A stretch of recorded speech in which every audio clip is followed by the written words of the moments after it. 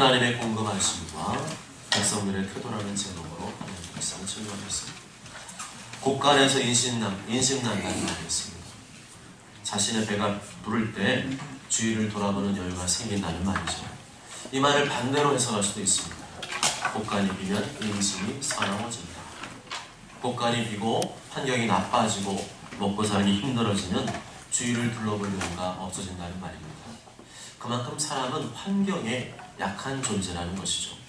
이렇게 우리의 사는 환경이 나빠지면 제일 먼저 입에서 나오는 말이 무엇일까요? 원망입니다. 불평입니다. 남 탓하는 말입니다. 너 때문이야. 너 때문에 그래. 너 만나서 내가 고생하는 거야.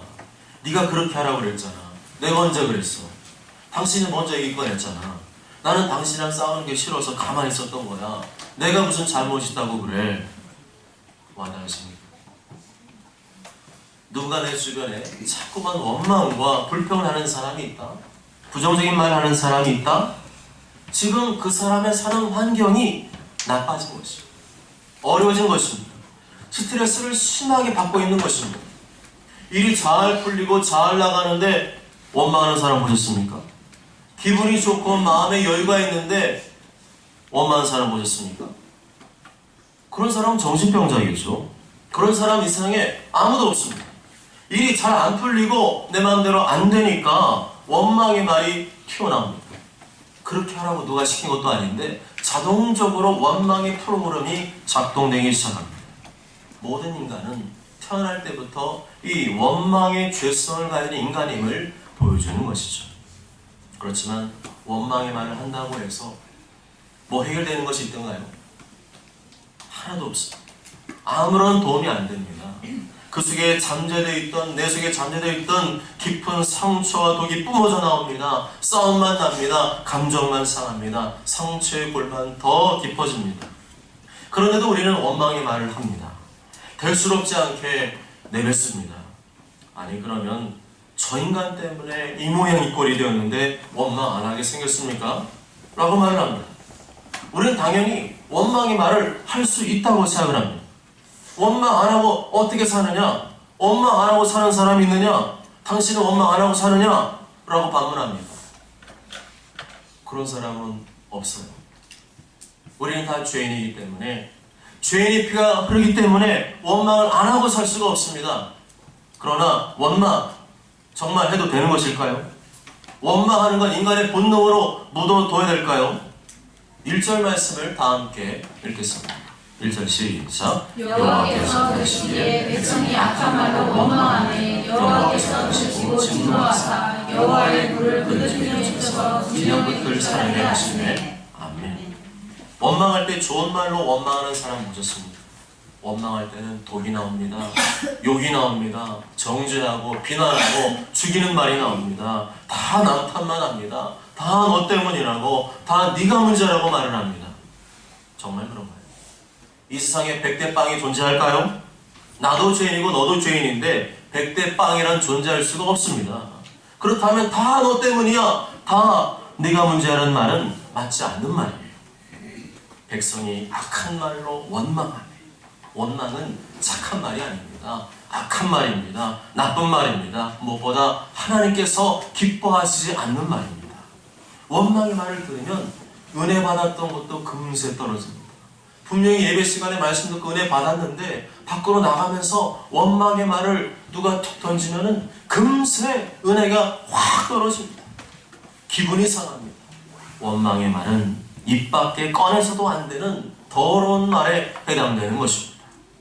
에베소 4장 29절에 무릇 더러운 말은 너 입 밖에도 내지 말고 오직 덕을 세우는 데 수용되는 대로 선한 말을 하여 듣는 자들에게 은혜를 끼치게 하라.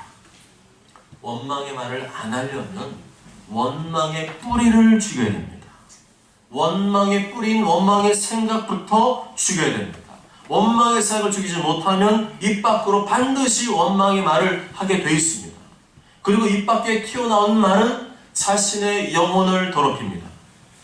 마태복음 15장 11절에 입으로 들어가는 것이 사람을 더럽게 하는 것이 아니라 입에서 나오는 그것이 사람을 더럽게 하는 것입니다.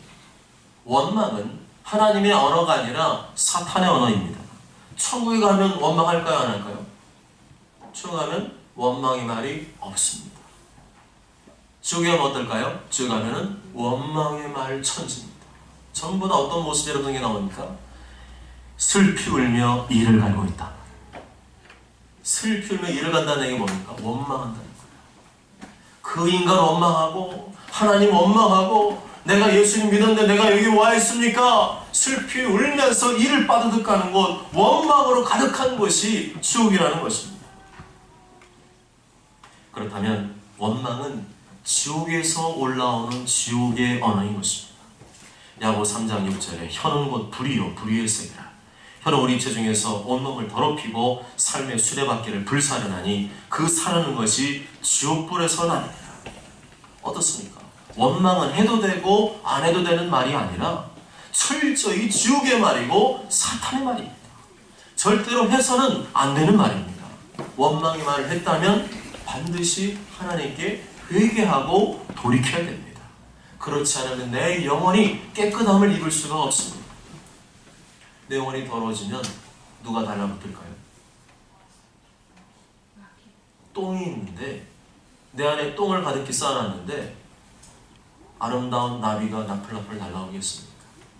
내 안에 더러운 똥으로 가득한데 똥파리가 날아와서 자꾸만 웽웽거리지 절대로 내 영혼이 깨끗해지지 않으면 아름답고 복된 일들이 생기지 않습니다.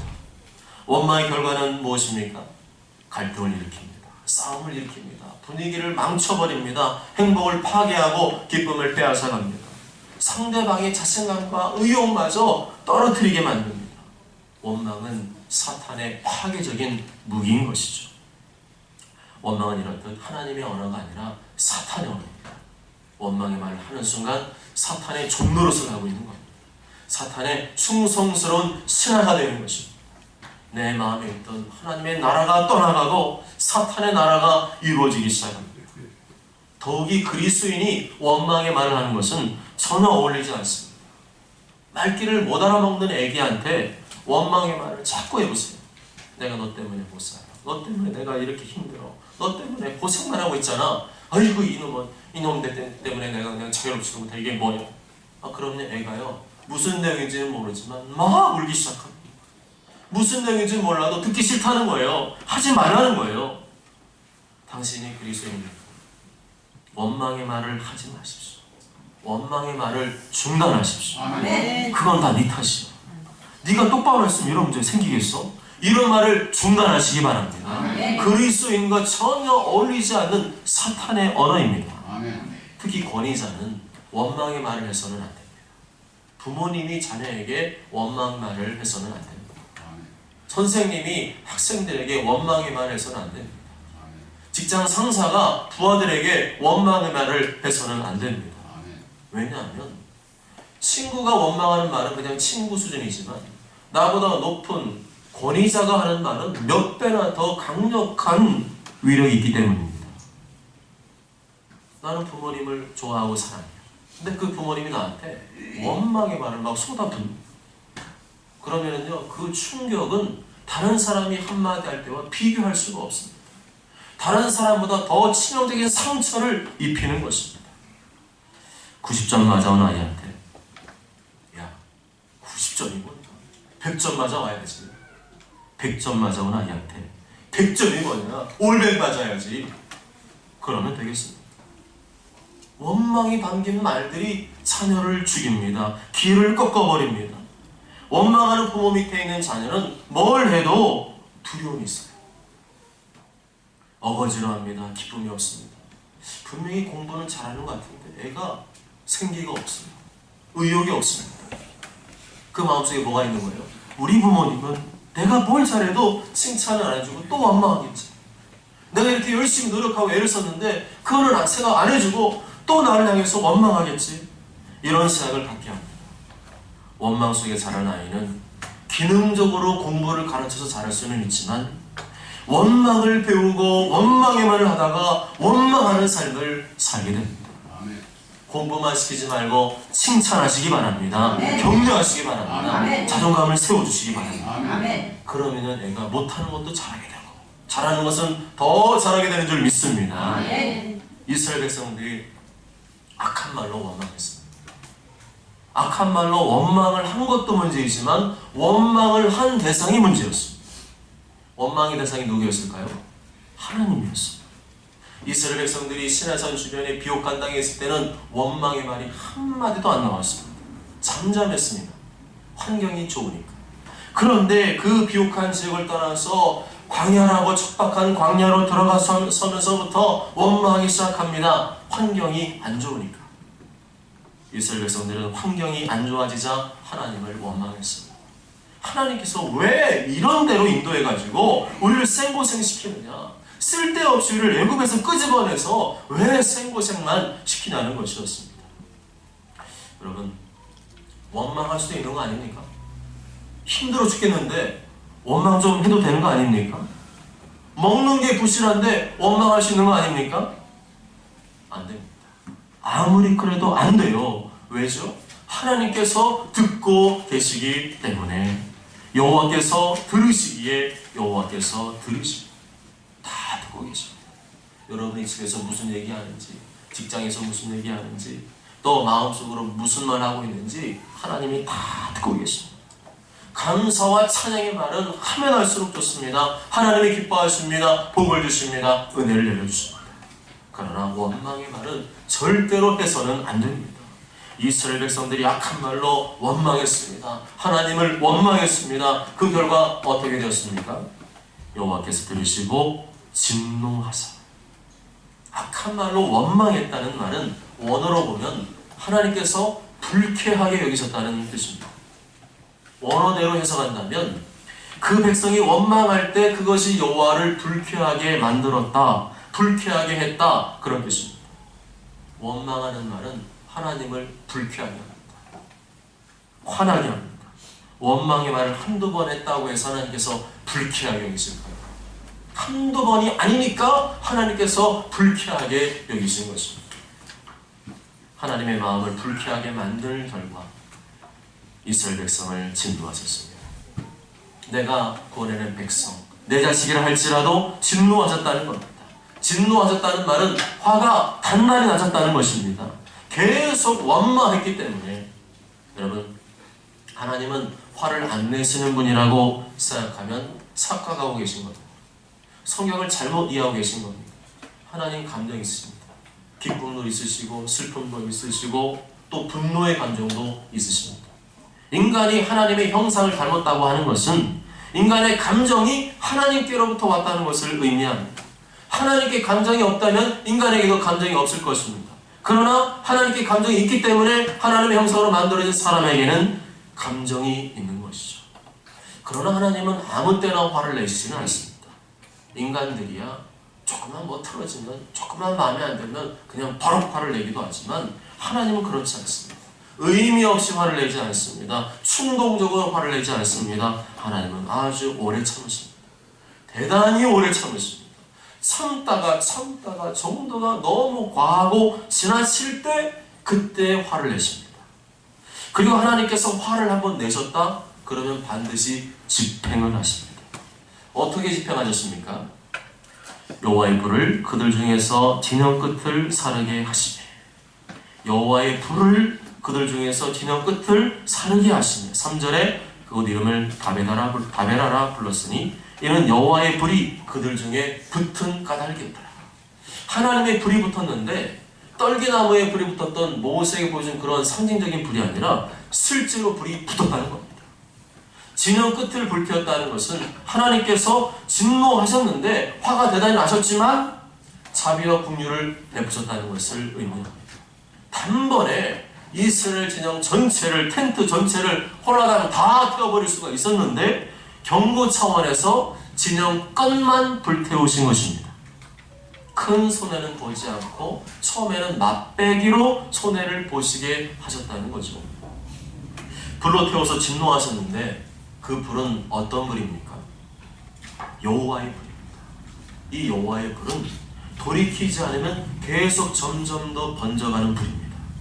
세상의 방법으로, 인간적인 방법으로 끌 수가 없습니다. 호스를 갖다 대도 꺼지지 않습니다. 물을 부어도 꺼지지 않습니다. 어떻게 됩니까? 세상이 불 같으면 그냥 물 바가지 퍼다가 던지면 되겠는데 세상의 불이 아니라 하나님의 불이 붙었습니다. 그 진노의 불을 끄려면 어떻게 해야 될까요? 2절 말씀 다 함께 읽어보겠습니다. 2절 시작. 백성이 모세에게 부르심으로 모세가 여호와께 기도하니 불이 꺼졌더라. 아멘. 백성들이 다 같이 하나님을 원망했습니다. 원망하지 않은 사람이 없었습니다. 유일하게 모세는 원망하지 않았던 것 같습니다. 이상한 것은 백성들이 자기들이 잘못했으면 하나님께 나와서 부르짖고 회개하면 되잖아요. 그런데 모세에게 부르짖습니다. 무슨 말일까요? 하나님께 나아갈 염치가 없는 거예요. 자신들의 잘못을 아는 겁니다. 하나님 직접 대면하기가 두렵고 송구스러운 거예요. 그래서 자신들 대신해서 원망하지 않은 모세에게 가서 기도 좀 해달라고 부탁을 한 거죠. 모세가 여호와께 기도하니 불이 꺼졌더라. 언제 하나님의 진노의 불이 꺼졌다고요? 여호와께 기도하니 불이 꺼졌더라. 하나님께 원망하고 불평하면 하나님께서 참다가 불같이 진노하실 때가 있습니다. 하나님의 깊은 뜻을 헤아리지 못한 채 어렵고 힘든 환경 만났다고 무조건 원망부터 사람이 있습니다. 자기가 잘못 판단하고 자기가 잘못 선택한 것은 생각하지 않고 무조건 하나님 탓으로 돌리는 사람이 있습니다. 하나님께 내가 그렇게 기도했는데 왜 하나님께서 이런 길로 인도하셨느냐고 원망하는 사람이 있습니다. 아니에요. 그거 아닙니다. 하나님은 우리에게 자유의지를 주셨습니다. 로봇가 아니라 자유의지를 주셨습니다. 생각하고 판단하고 결정할 수 있는 능력을 주셨습니다.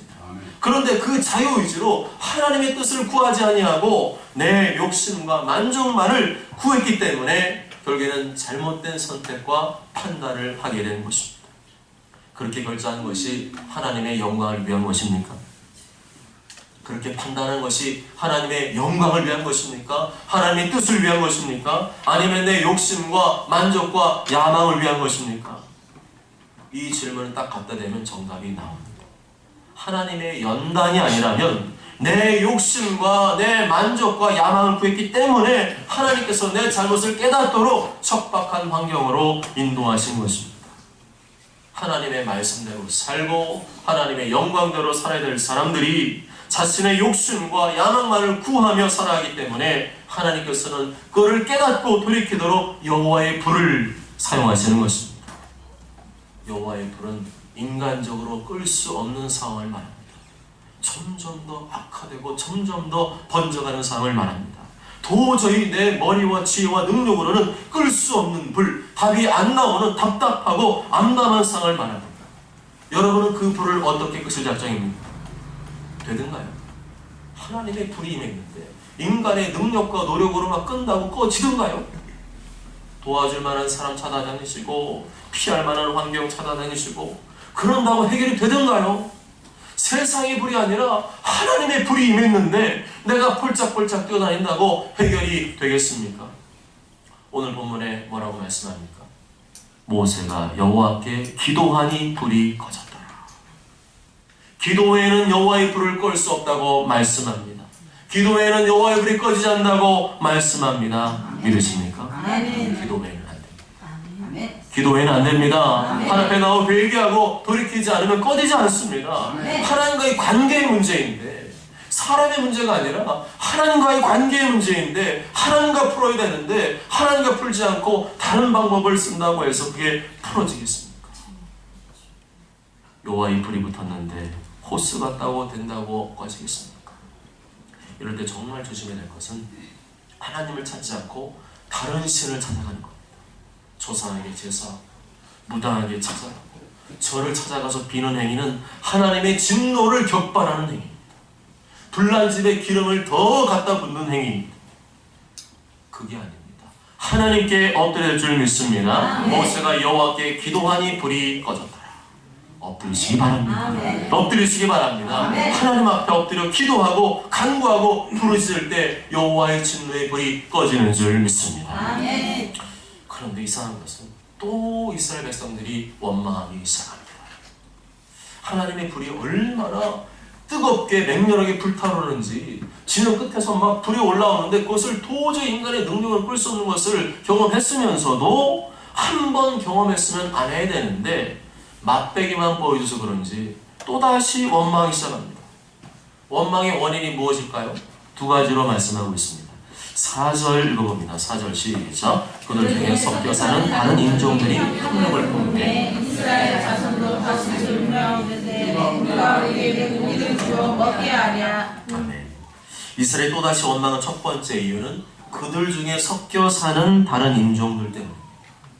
그들 중에 섞여 사는 다른 인종들. 이 사람들이 누구일까요?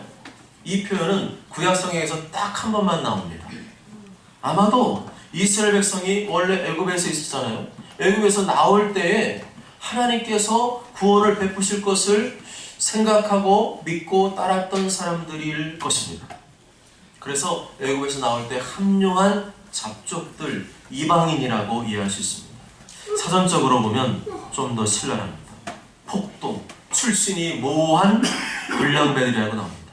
한마디로 말하면 영적으로 신앙적으로 좋지 않은 사람들, 영적인 불량배들을 말합니다. 이 사람들의 특징이 오늘 보면 뭐라고 되어 있습니까? 선동입니다. 자기만 그러고 끝내면 괜찮은데 이 사람들은 선동질을 잘합니다. 다른 사람들에게 악한 것을 전염시키는 데 선수입니다. 이 사람 또 다른 특징은 오늘 말씀 보면 회개하지 않습니다. 반성하지 않습니다. 인정하지 않습니다. 도리어 자신들의 주장을 합리화하고 다른 사람들까지 그 악한 대로 끌어들입니다. 그런데 그 말이 얼마나 설득력이 있는지 그 말을 들은 이스라엘 자손들이 전부 다 울면서 원망이 시작했습니다. 처음 원망할 때보다 더 강도가 세졌어요. 원망하면서 울면서 원망했습니다. 이 정도면은 이 불량배 잡배들, 영적인 잡족들은 거의 사기꾼 수입니다. 사기꾼들이 뭘로 먹고 삽니까? 입으로 먹고 살아요. 그 입으로 거짓을 진실로 둔갑시켜버립니다. 악을 선으로 바꿔버립니다. 죄를 죄가 아닌 것으로 바꿔버리는데 명수, 그들이 누구냐? 사기꾼들이에요. 죄송한 얘기지만 국가인권위원회도 그런 것 같습니다. 제가 카톡방에 올려드렸죠. 동성애를 죄로 인정하지 않고 인권으로 둔갑시켜버렸습니다. 집단 난교, 집단 성관계를 죄로 인정하지 않고 인권으로 둔갑시켜버렸습니다. 국가기관의 사기극입니다. 인권위원회는 국민들을 지금 선동하고 있습니다. 국민들을 선동해서 하나님의 창조 질서를 거부하게 하고 있습니다. 유치원에 다니는 아이들에게까지 동성애를 정상적인 인권으로 가르치려 하고 있습니다. 헌법보다 위에서 군림하며 이래라 저래라 하는 출신이 모호한 불량배 잡배들 같습니다. 정신 바짝 차려야 됩니다. 국가의 정책이 하나님의 말씀과 충돌할 때는 그리스도인들이 일어나야 합니다. 국가를 향해 목소리를 내고 다시는 그런 소리를 못하도록 정당한 방법으로 저항해야 됩니다. 그런데 이스라엘 백성들은 저항하지 않고 그 소리를 받아먹었어요. 저항하지 않았습니다. 사기꾼들의 소리인데 그것을 놀아놨습니다. 울면서 원망이 사겠습니다. 그 선동가들의 그 꼬임에 그대로 넘어갔습니다. 이스라엘 백성들이 원망한 두 번째 원인은 그들이 탐욕을 품었기 때문입니다. 하나님께서 광야로 인도하신 그 40년 세월 내내 하나님께서 먹을 것을 공급해 주셨습니다. 그 광야에 아무것도 먹을 것도 없고 취할 것도 없는 풀 한 폭이 안 나는 그곳에서 하나님께 40년 동안 굶기지 않으셨습니다. 날마다 하늘에서 비처럼 만나가 내렸습니다. 7절에서 9절까지의 말씀, 7절에서 9절까지 다 함께 읽습니다. 시작. 만나는 가시와 같고 모양은 진주와 같은 것이다. 백성을 두루다니며 그것을 거두어 맷돌에 갈기도 하고 절구에 찢기도 하고 가마에 섞기도 하고 과자를 만들었으니 그 맛이 기름 섞은 과자만 같았더라. 밤에 이스라엘 진영에 내릴 때 만나도 함께 내렸더라. 아멘. 만나의 뜻은 이게 뭐냐? 이게 뭐야? 이런 뜻입니다. 새벽에 나가보면 광야 생활하는 내내 새벽에 나가보면 이슬과 함께 땅 위에 하얀 게 내리는데 이게 뭐야? 했던 것이 바로 만나입니다. 만나는 아주 작고 둥글며 진주와 같은 모양을 가지고 있습니다. 맛은 꿀과 기름을 섞은 맛, 고소하고 달콤한 맛이었습니다. 하나님께서 맛까지 맞추어서 만나를 주셨어요. 감사한 일 아니에요? 밋밋하고 아무 맛 없는 걸 만나를 줬으면 이게 그냥 그렇지. 고소하고 달콤한 그 만나를 주셨어요. 그것을 거두어서 맷돌에 갈기도 하고 절구에 찢기도 하고 또 가마에 삶기도 했습니다. 꼭 무슨 콩이나 곡식과 같이 그렇게 만들어 먹었습니다. 이것이 하나님께서 이스라엘 백성들에게 광야에서 내려주신 주식이었어요. 그런데 이것만 먹고도 건강했습니다. 그럼 만나 속에 뭐가 들어있는 거예요? 온갖 영양소와 미네랄이 풍부하게 들어있는 최고의 하늘의 양식이었습니다. 처음에는 감사히 먹었어요. 그것으로 만족했습니다. 그런데 1년쯤 지나니까 그 속에 있는 죄악된 본성이 꿈틀대기 시작했습니다. 있는 것에 감사하지 않고 주신 것에 감사하지 않고 예전과 비교하기 시작했습니다. 애굽의 생활과 비교하기 시작했습니다. 과거와 비교하고 다른 사람과 비교한다는 말은 그 속에 이미 탐욕이 들어갔음을 의미합니다. 하나님 우리 각자에게 만나를 하늘에서 내려주십니다. 지금 여러분이 가지고 계시는 것들이 전부 다 하나님께서 만나로 주신 겁니다. 굶기지 않고 먹이십니다. 그런데 욕심이 들어가고 탐욕이 들어가면 그때부터 주신 복과 은혜를 하찮게 여기기 시작합니다. 5절 다 함께 읽습니다. 5절 시작. 우리가 애굽에 있을 때는 생선과 오이와 참외와 부추와 파와 마늘을 먹은 것이 생각나거늘. 애굽에서 종살이 하던 때 그 인격적인 대우받지 못하고 괄시받고 무시하고 채찍질 당했던 그 애굽의 종살이 할 때 그 일들은 기억하지 않고 그냥 그거 말고 오이 먹고 생선 먹고 고기 먹고 참외, 부추, 파, 마늘 먹었던 것만 기억합니다. 비참하게 살았던 생활들은 기억하지 않고 무시당했던 거 기억하지 않고 지금 이 현 상황에서 내가 더 갖고 싶은 거, 더 얻고 싶은 거 그것만 생각합니다. 인간은 항상 자기중심적이죠. 자기 필요한 것만 끄집어내서 말을 합니다. 자신의 약점, 단점은 감추고 자기의 유리한 것만 끄집어내서 말을 합니다. 있는 것에 대해서는 감사하지 않고 없는 것만 쳐다보면서 원망하고 불평합니다. 꼭 그렇게 살아야 되나요? 꼭 그래야 좀 기쁘고 행복한가요? 그냥 평범하게 살면 안 되나요? 지금 생활에 만족하고 그냥 여기에 감사하며 살면 안 됩니까? 지금 굶고 살고 있는 거 아니잖아요. 그런데 욕심이 들어가면 원망은 자동적으로 나옵니다. 탐욕이 들어가면 불평이 나옵니다. 있는 것은 안 보고 감사하지 않고 자꾸만 없는 것만 쳐다보게 됩니다. 이스라엘 백성들이 그랬습니다. 하나님이 하늘에서 내려준 만나를 학대했어요. 만나를 무시했습니다. 만나를 없이 내렸습니다.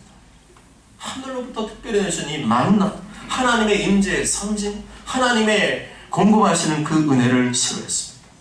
그는 만나를 싫어했다는 것은 하나님을 싫어했다.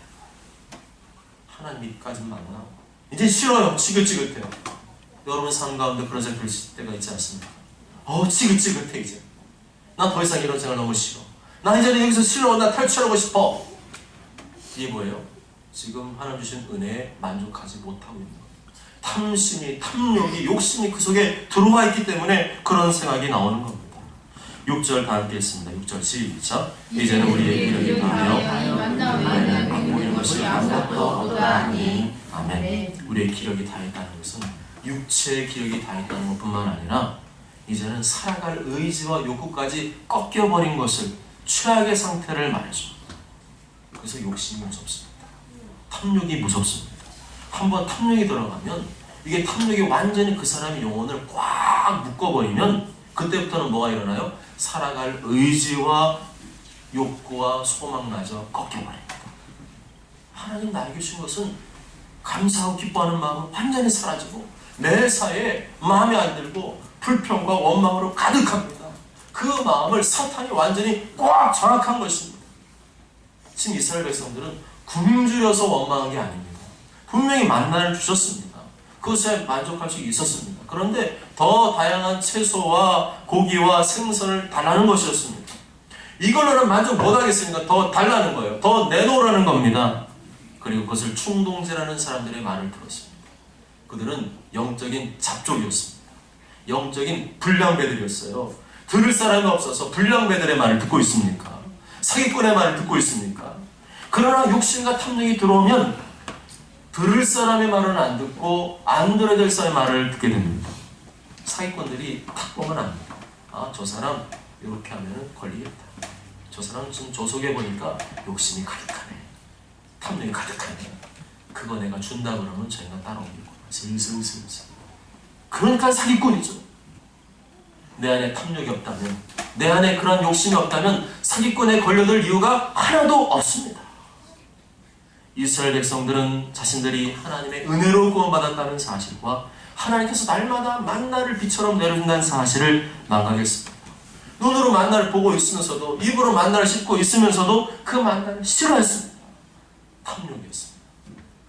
다시금 애굽을 그리워하거나 애굽으로 돌아가고자 하는 반출애굽 정서는 모든 반역 사건들 가운데 하나님의 위대한 구원 사건을 전면적으로 부정하는 가장 큰 반역이었습니다. 이 말은 이스라엘이 원망한 것은 단순히 먹는 것에 대한 원망의 차원을 넘어섰다는 겁니다. 그게 넘어서서 구원에 대한 원망까지 생긴 거예요.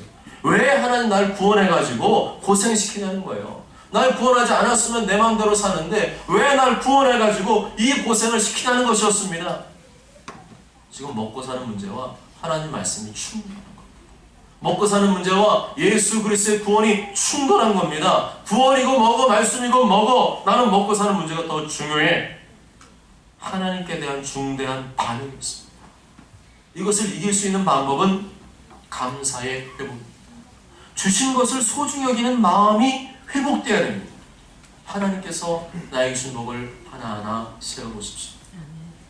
적지 않습니다. 당연하게 여기지 말고 날마다 베푸시는 일용할 양식에 대해서 감사하며 하나님께 그 마음을 표현하시기 바랍니다. 사랑하는 가족과 자녀들, 내가 예배하고 몸담고 헌신하는 교회, 돈을 벌 수 있는 직장, 날마다 먹을 것과 입을 것과 잠잘 것이 있다는 사실에 감사하십시오. 감사로 물들어지고 감사로 충만한 사람에게는 또 다른 감사의 제목을 주실 줄 믿습니다.